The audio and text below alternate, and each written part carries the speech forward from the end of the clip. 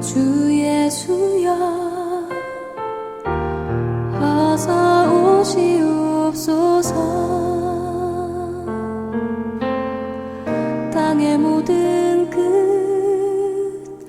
모든 족속 주를 찬송하게 하소서.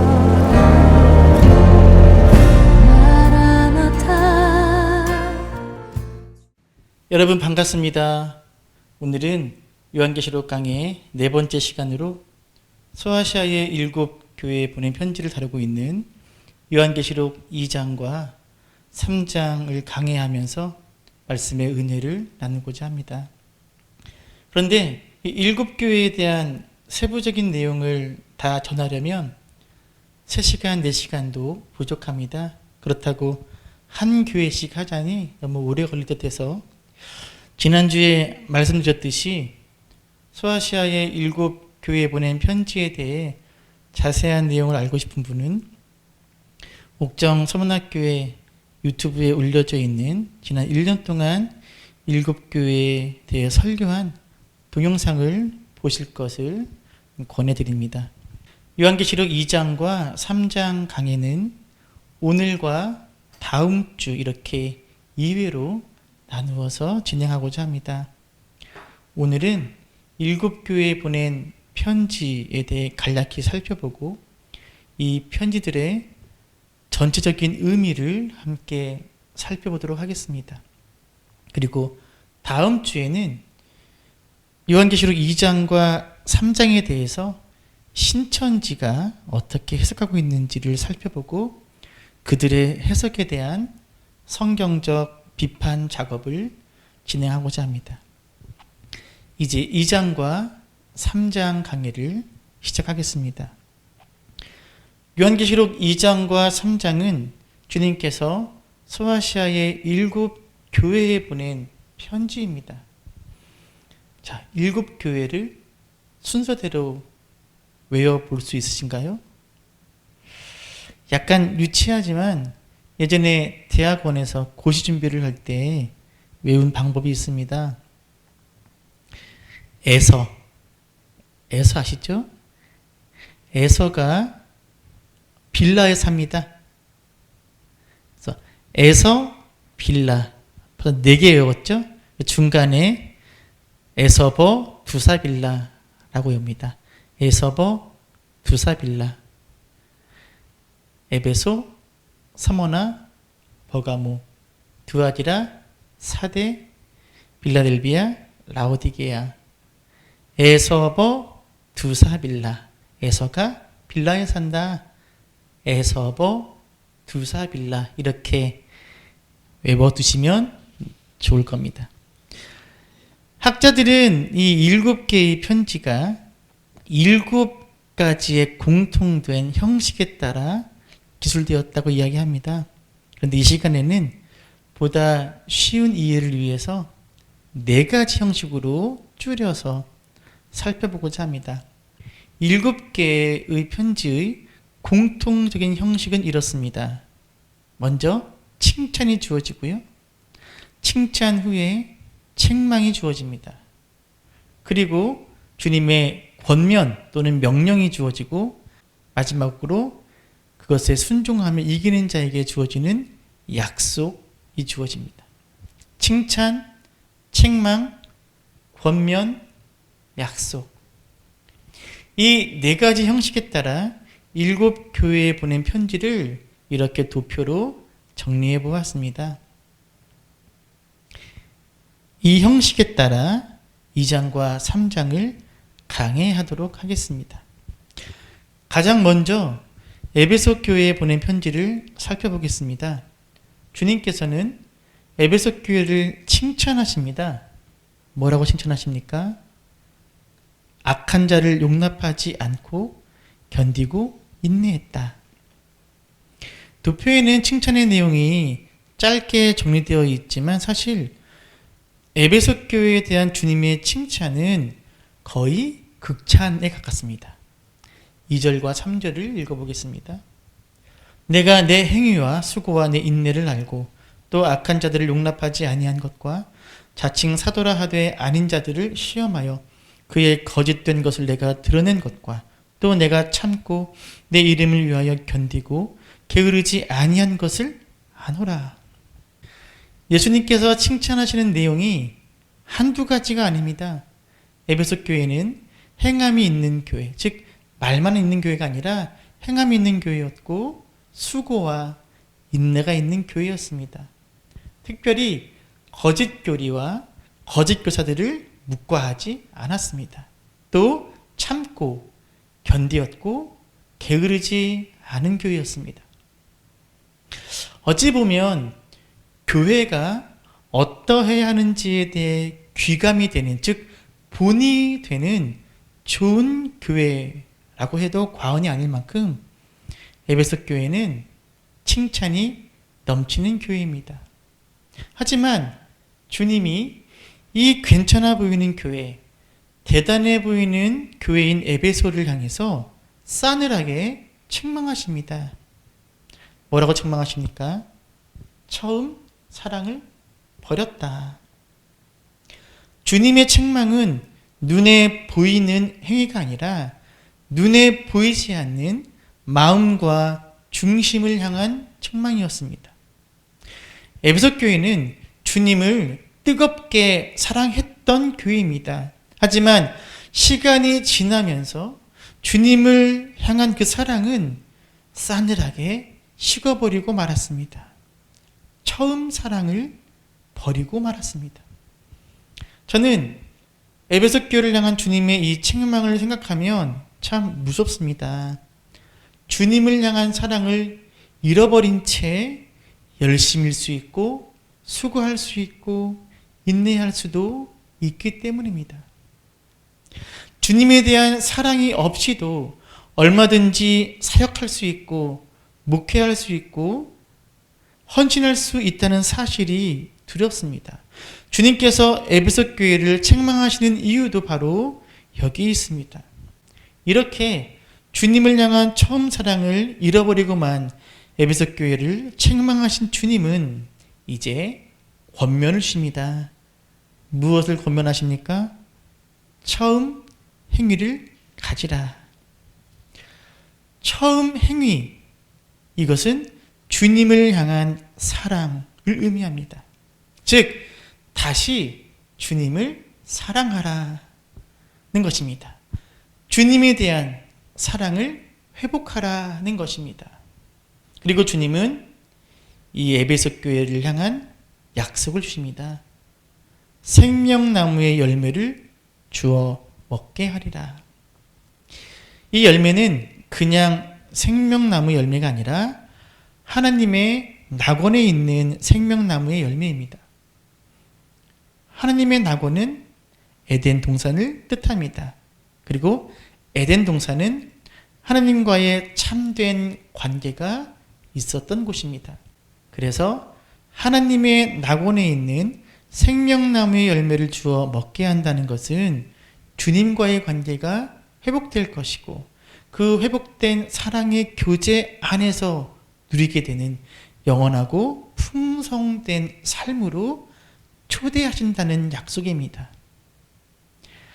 하나님과의 참된 교제와 그 교제 안에서 누리는 풍성한 삶, 이것이 바로 처음 사랑을 회복한 이들에게 약속하신 선물입니다. 이제 두 번째로 서문화 교회에 대한 편지를 살펴보겠습니다. 주님은 서문화 교회를 칭찬하십니다. 실상은 내가 부유한 자라. 서문화 교회는 환란으로 인해 궁핍한 교회, 즉 가난한 교회였습니다. 예나 지금이나 가난한 교회는 인기가 별로 없습니다. 그리고 가난한 교회에 대한 사람들의 평가 역시 그리 호의적이거나 긍정적이지 않습니다. 하지만 주님은 이 가난한 교회를 향해서 사실은 너희가 부유한 교회다. 사실은 너희가 진짜 부자다라고 칭찬하시는 겁니다. 주님께서 서문화 교회를 향해 부유하다고 칭찬하신 이유는 그들의 환경적인 안락함이나 윤택함 때문이 아니었습니다. 주님께서 서문학교회를 향해 너희가 진짜 부유하다, 부자다라고 말씀하시는 이유는 이 가난한 서문학교회가 어려운 고난과 역경을 딛고 하나님을 향해 신실하게 서 있는 교회였기 때문입니다. 성도 여러분, 주님이 인정하시고 주님이 칭찬하시는 교회는 크고 화려한 건물을 가진 교회도 어떠한 어려움 없이 일취월장 성장하고 부흥하는 교회가 아닙니다. 주님이 칭찬하시고 인정하시는 교회는 가난과 시련 가운데서도 주님을 붙잡고 주님께만 위로받고 주님을 향한 믿음을 지키며 신실하게 서 있는 교회입니다. 바로 우리 교회 이름이 옥정 서문화 교회인 이유가 바로 여기 있습니다. 우리 교회는 바로 이러한 교회를 꿈꿉니다. 이어서 주님은 서문화 교회를 향한 책망 없이 권면을 말씀하십니다. 그런데 그 권면이 참 기가 막히고 코가 막힙니다. 장차 받을 고난을 두려워하지 말라. 죽도록 충성하라. 장차 받을 고난을 두려워하지 말라 라는 말은 아직 고난이 끝나지 않았다. 너희가 받아야 될 고난이 아직도 남아있다라는 뜻입니다. 서문학교회의 성도들이 지금까지 받은 고난, 또 지금 받고 있는 고난으로도 충분한데 주님은 서문학교회와 성도들이 받아야 될 고난이 아직도 남아있다고 말씀하시면서 그 고난을 두려워하지 말고 죽도록 충성하라 라고 권면하십니다. 그리고 주님은 장차 받을 고난을 두려워하지 말라고 말씀하시면서 그 이유를 10절에서 말씀하십니다. 너희가 10일 동안 환난을 받으리라. 서문학교회가 장차 받게 될 그 환난의 기간이 열흘이라고 말씀하십니다. 왜 하필이면 열흘입니까? 성경에서 열흘은 매우 짧은 기간 혹은 끝이 있는 기간, 한계가 정해진 기간을 상징합니다. 그래서 열흘 동안의 환난은 이런 의미입니다. 고난은 확실하지만 그 고난에는 유효기간이 있다라는 것입니다. 고난의 유효기간은 열흘 밖에 되지 않는다는 거예요. 하루가 되면 끝날 수밖에 없는 제한적인 고난이라는 겁니다. 그래서 그 고난을 두려워하지 말고 끝까지 충성하라고 말씀하시는 것입니다. 교회와 성도들이 당하는 고난에는 유효기간이 있다는 것입니다. 성도 여러분, 장차 당할 고난을 두려워하지 마십시오. 주님의 자녀들이 당하는 고난은 유효기간이 있습니다. 언젠가는 끝이 납니다. 주님께서 허용하시는 그 계획과 섭리 안에 놓여진 고난님을 잊지 마시고 끝까지 충성하시기를 바랍니다. 이렇게 고난을 두려워하지 말고 죽도록 충성하라고 권면하신 주님은 이기는 자들을 향한 약속을 말씀하십니다.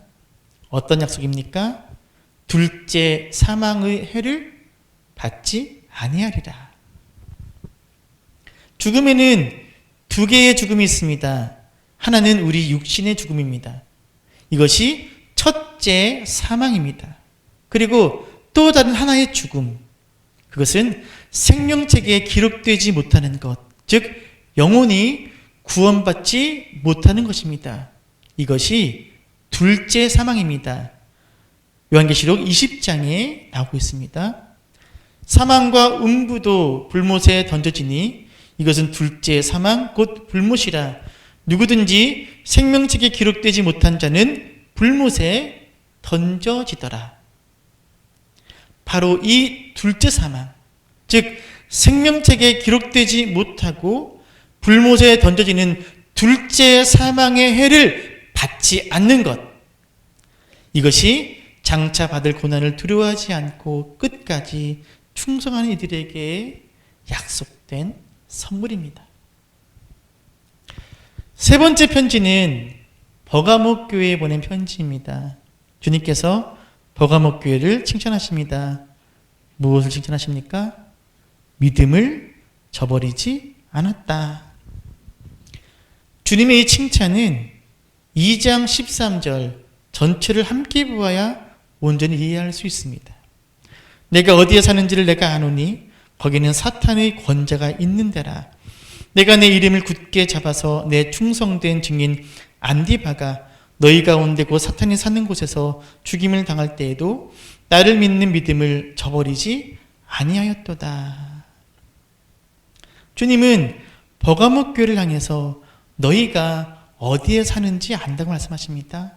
어디에 살고 있습니까? 사탄의 권자가 있는 곳. 여기서 사탄의 권자는 바로 황제 숭배의 중심지임을 의미합니다. 버가모는 황제 숭배의 중심지였습니다. 버가모에는 아우구스트 황제를 위해 봉헌된 신전, 즉 로마 황제 신전이 최초로 세워진 도시입니다.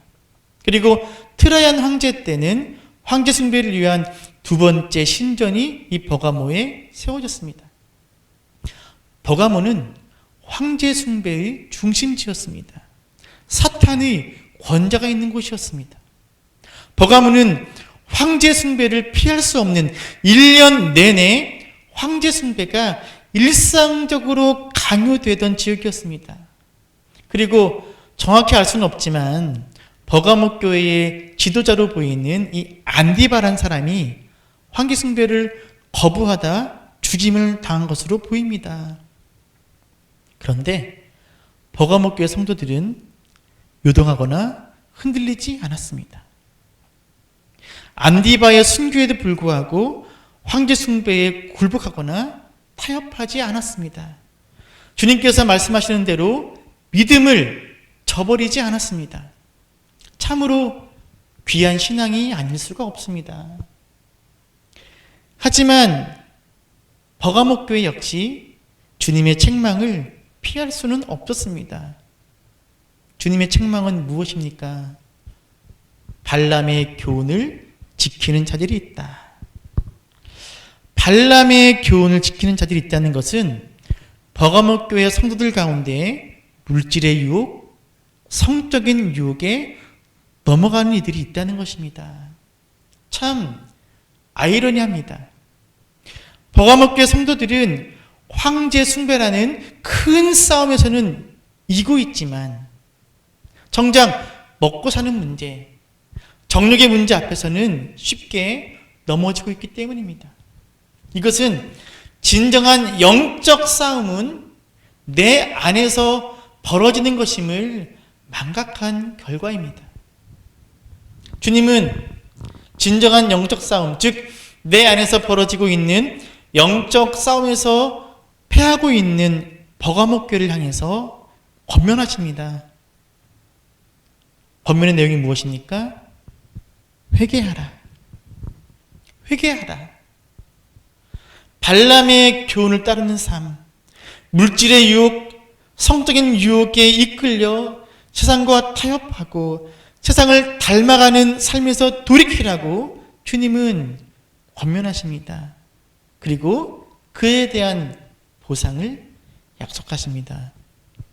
감추었던 만나와 새 이름을 새긴 돌을 주리라. 감추었던 만나는 예수 그리스도를 의미합니다. 그래서 감추었던 만나를 주신다는 것은 장차 오실 예수 그리스도와 온전하고 참되게 결합되는 것을 의미합니다. 그리고 흰 돌은 당시 공식 연회에 참석할 수 있는 티켓으로 사용되던 돌을 의미합니다. 이름을 새긴 돌을 주시겠다는 것은 장차 예수님과 함께 들어갈 천국 장치의 입장권, 티켓을 주시겠다는 참으로 복된 약속입니다. 네 번째 편지는 두아디라 교회에 보낸 편지입니다.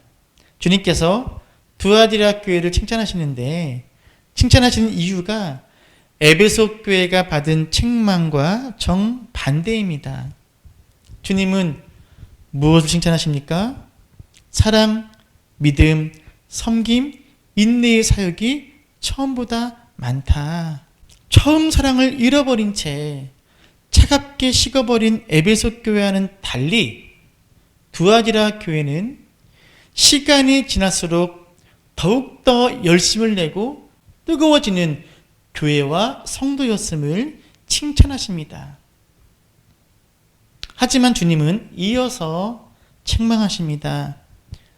여자 이세벨을 용납하였다.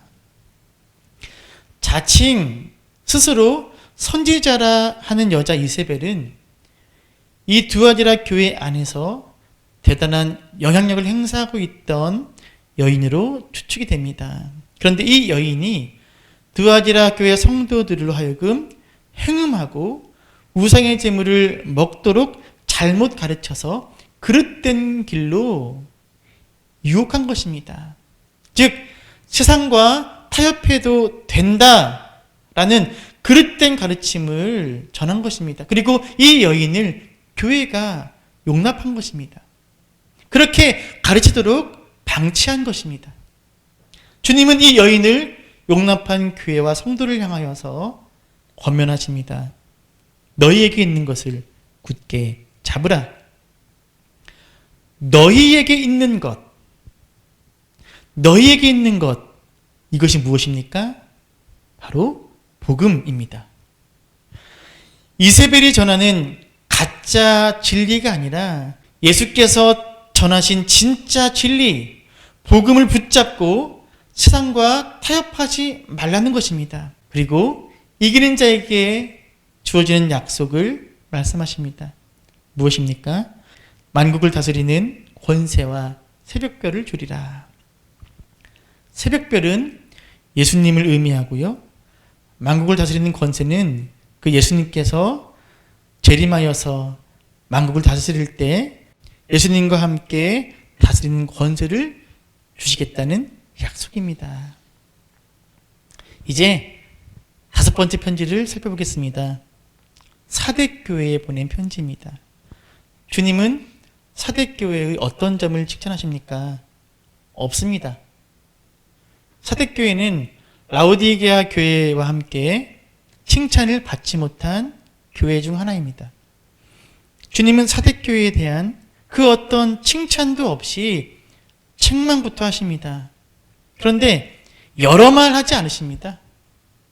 단 한마디로 책망하십니다. 살았다 하는 이름은 가졌으나 죽은 자로다.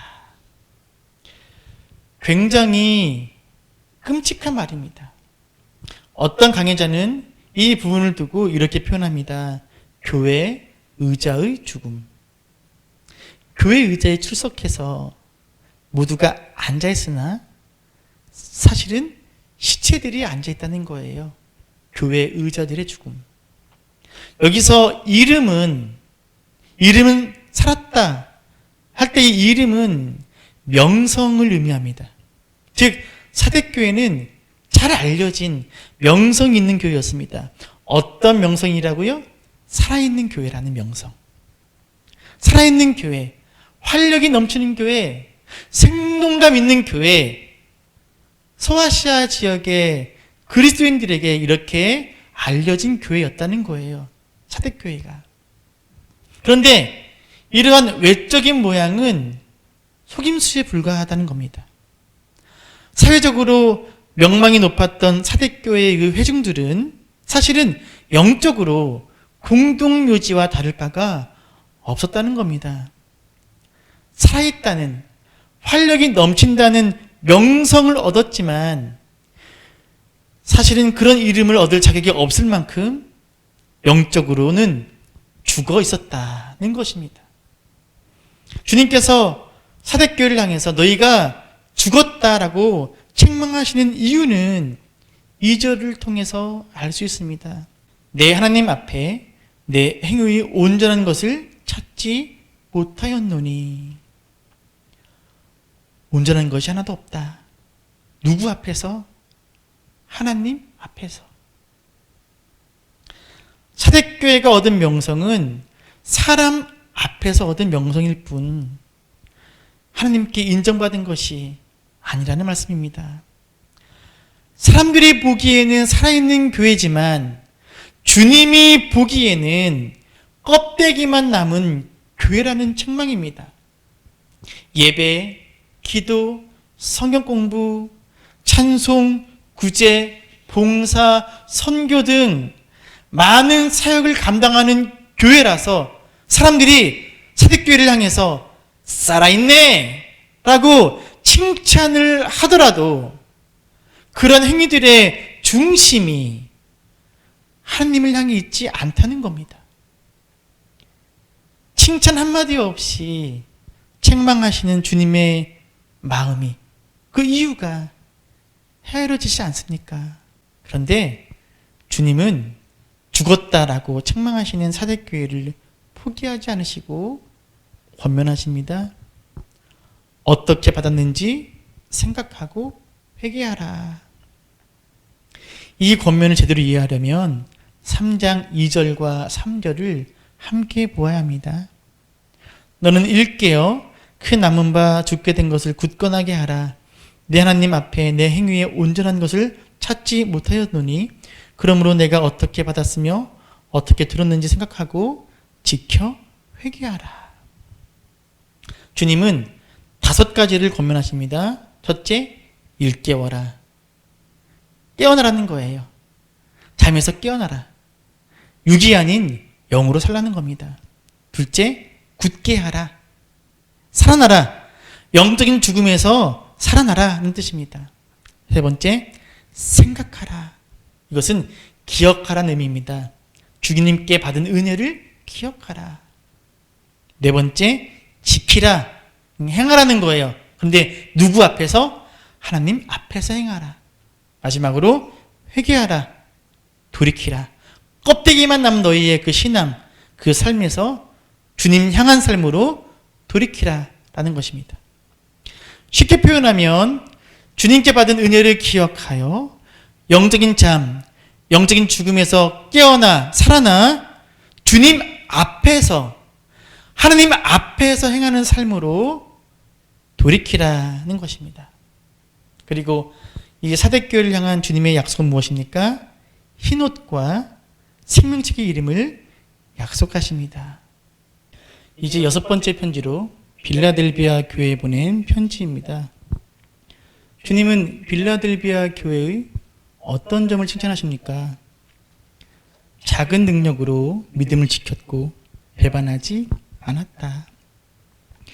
작은 능력을 가졌다는 것은 세상적으로 내세울 것이 없는 작은 교회, 특별히 가난한 교회였음을 의미합니다. 빌라델비아 교회는 가난한 땅 위에 세워진 가난한 교회였습니다. 이 지역은 지속적인 지진으로 인해서 가난과 궁핍 가운데 살아야 했던 지역이었습니다. 앞에서 살펴본 교회 중 어떤 교회와 비슷합니까? 그렇습니다. 서문학 교회입니다.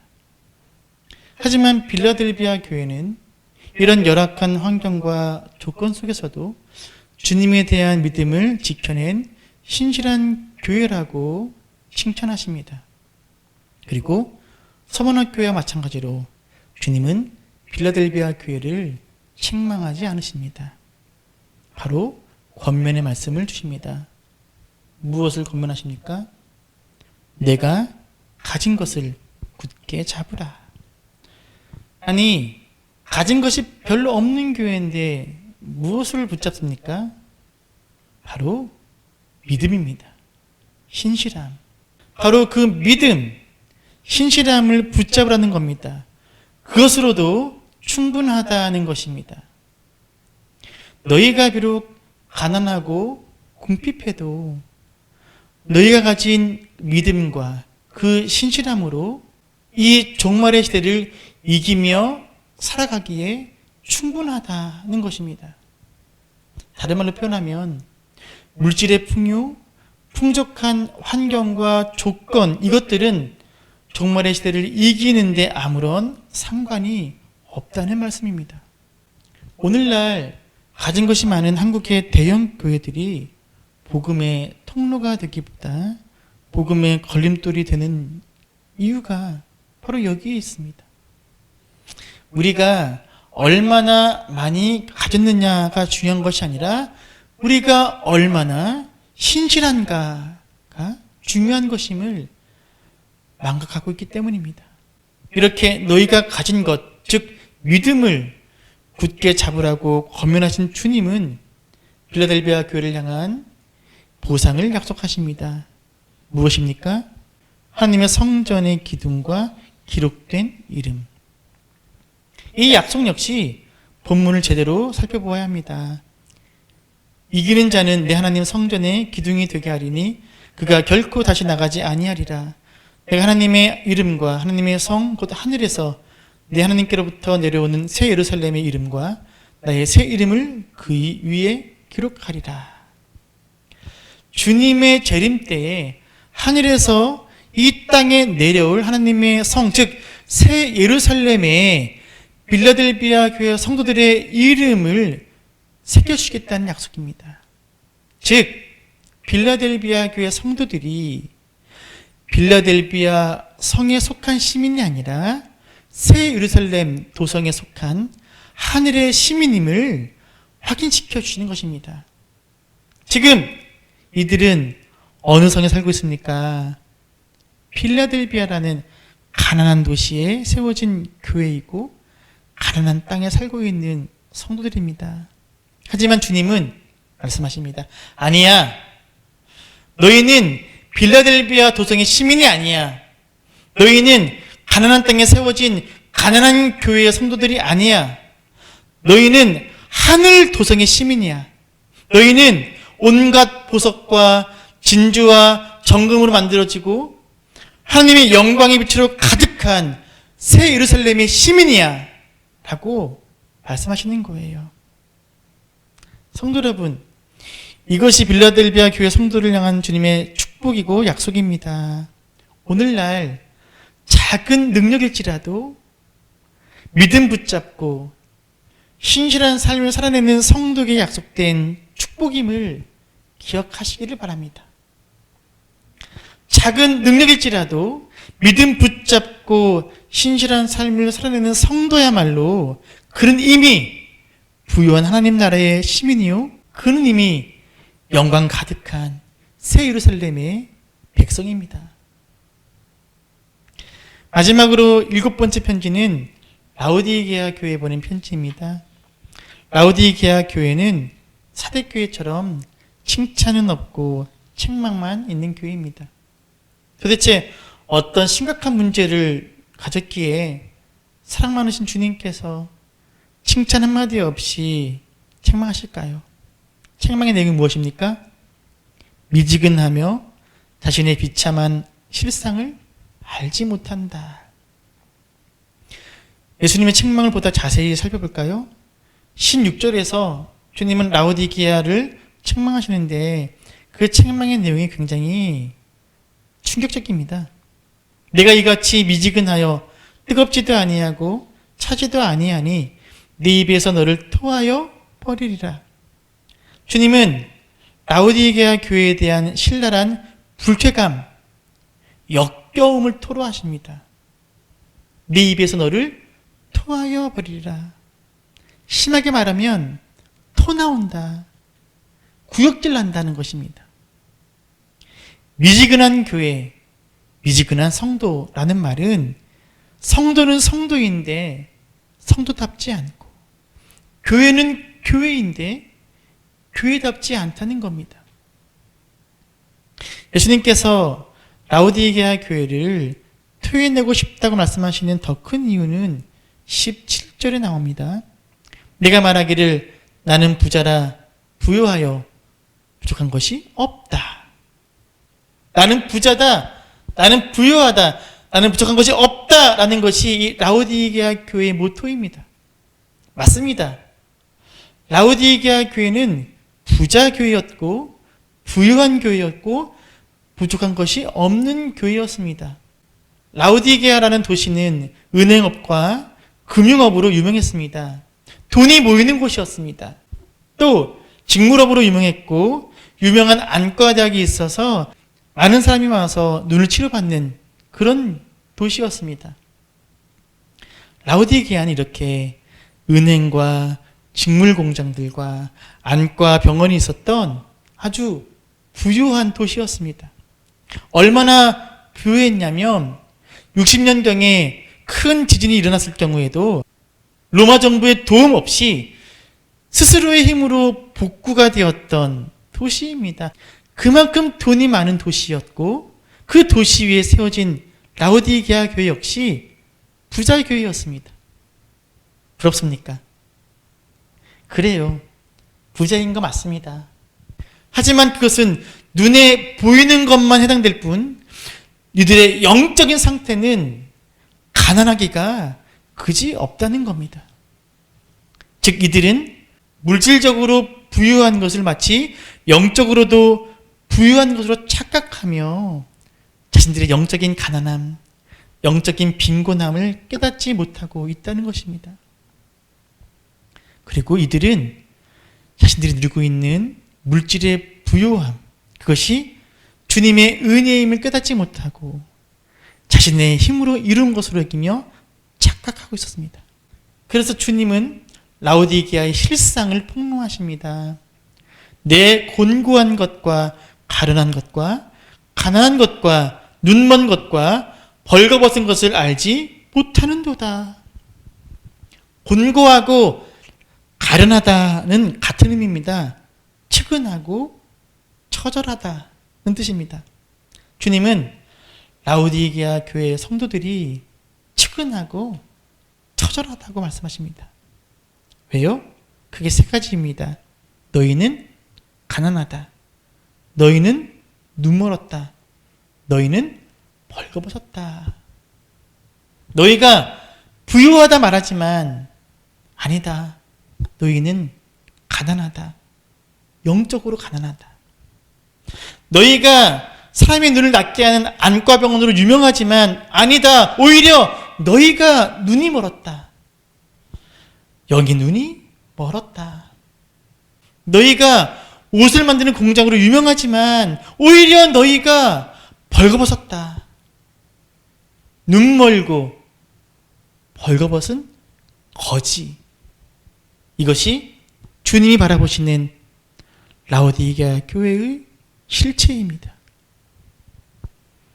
참혹하기가 그지없습니다. 하지만 주님은 이 끔찍하고 참혹한 교회를 향한 권면을 잊지 않으십니다. 열심을 내라, 회개하라. 그런데 사실 주님의 권면은 18절에 나옵니다.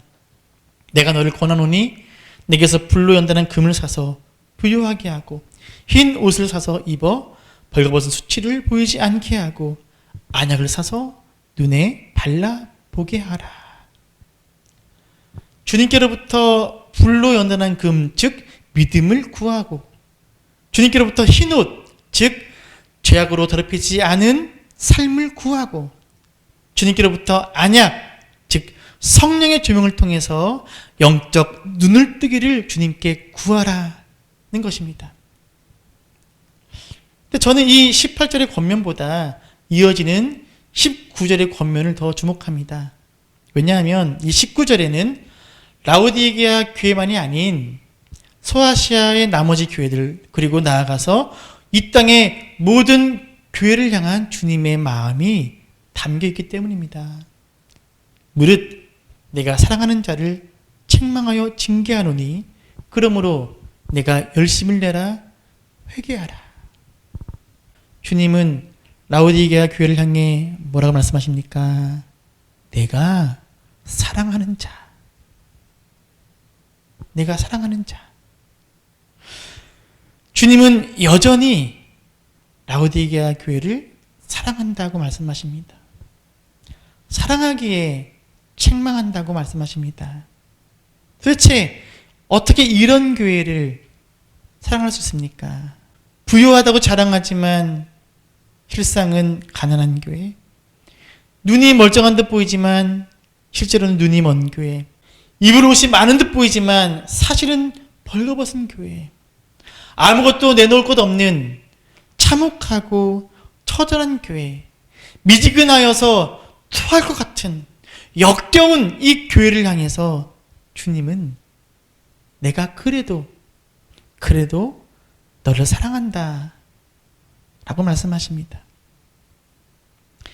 여러분, 바로 이것이 라오디게아 교회에 담긴 주님의 진심입니다. 그래도 내가 너희를 사랑한다. 마지막으로 주님이 라오디게아 교회를 향해 주시는 약속은 무엇입니까? 내 보좌에 함께 앉아있게 하리라. 이렇게 7교회에 보낸 편지의 내용을 간략하게 살펴보았습니다.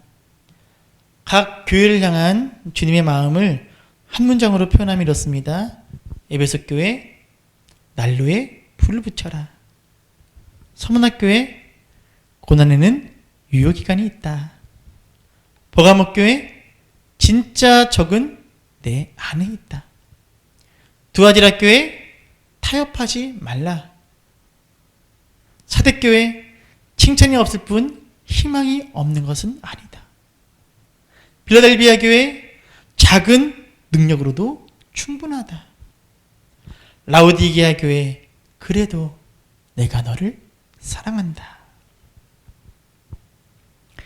이제 각 교회에 보낸 편지의 개별적 의미가 아니라 7교회에 보낸 편지 전체를 통해서 교회를 향해 전하는 주님의 마음이 무엇인지 살펴보고자 합니다.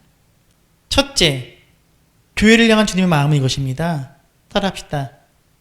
미우나 고우나. 다시 한번 미우나 고우나. 주님은 왜 소아시아의 7교회에게만 편지를 보냈을까요? 당시 소아시아에는 7교회만 있었던 것은 아닙니다. 소아시아에는 꽤 많은 교회가 있었던 것으로 추측이 됩니다. 대표적인 교회가 골로새 교회입니다. 그런데 골로새 교회는 빠져 있습니다. 왜 7교회일까요? 성경에서 7은 완전함, 충만함을 의미합니다. 그래서 주님은 일부러 7교회를 택하여 숫자 7교회를 택하여 편지를 쓰실 것입니다. 즉, 이 7교회의 모습이 교회라는 거예요. 7교회가 보여주고 있는 이 모습의 총체가 교회의 실상이라는 겁니다. 이는 오늘날의 교회를 보면 잘 알 수 있습니다. 서문학 교회의 장점만 갖고 있는 교회는 없습니다. 그렇다고 에베소 교회의 단점만 갖고 있는 교회 역시 없습니다. 7교회가 보여주고 있는 장점과 단점들, 칭찬받은 모습과 책망받은 모습을 모든 교회는 다 갖고 있습니다. 교회 안에는 주님을 향한 처음 사랑을 버린 채 신앙생활하고 있는 성도도 있고요. 반면에 고난을 두려워하지 않으며 충성되게 살고 있는 성도도 같이 있습니다. 세상과 타협하며 살고 있는 성도도 있지만 또 직분은 가졌지만 실상은 영적으로 죽어있는 성도도 있지만 또 교회 안에는 작은 능력으로 믿음을 지키는 성도도 있습니다. 이 세상에, 이 땅에는 완전한 교회는 없습니다. 그리고 요한계시록 2장과 3장에서 묘사되고 있는 교회의 모습들이 함께 모이고 함께 섞이고 함께 어우러져서 교회를 이루고 있습니다. 이것이 교회라는 거예요. 미우나 고우나. 라오디게아 교회처럼 미워도, 꼴보기 싫어도, 서문학 교회처럼 고와도 예뻐도 모두 교회라는 것입니다. 칭찬이든 책망이든 그 모든 것은 교회의 일부라는 거예요. 그 모든 것이 교회를 이루고 있다는 겁니다. 비록 완전하지 못해도 그것이 교회라는 겁니다. 미우나 고우나 주님이 핏값으로 세우신 교회라는 겁니다. 이것이 교회를 향한 주님의 첫 번째 마음입니다. 둘째, 교회를 향한 주님의 마음입니다. 따라해 볼까요? 너는 내 운명. 다시 한번, 너는 내 운명. 주님은 미우나 고우나 당신의 핏값으로 세우신 교회들을 결코 포기하지 못하십니다. 교회다운 교회라고 해서 많이 사랑하시거나 교회답지 못한 교회라고 해서 사랑을 거두지도 않으십니다. 미우나 고우나 주님은 교회를 사랑하시며 교회를 포기하지 않으십니다. 그래서 주님은 교회를 향해 이렇게 말씀하고 계십니다. 너는 내 운명이라고 말입니다. 2005년에 개봉한 너는 내 운명이라는 영화가 있습니다.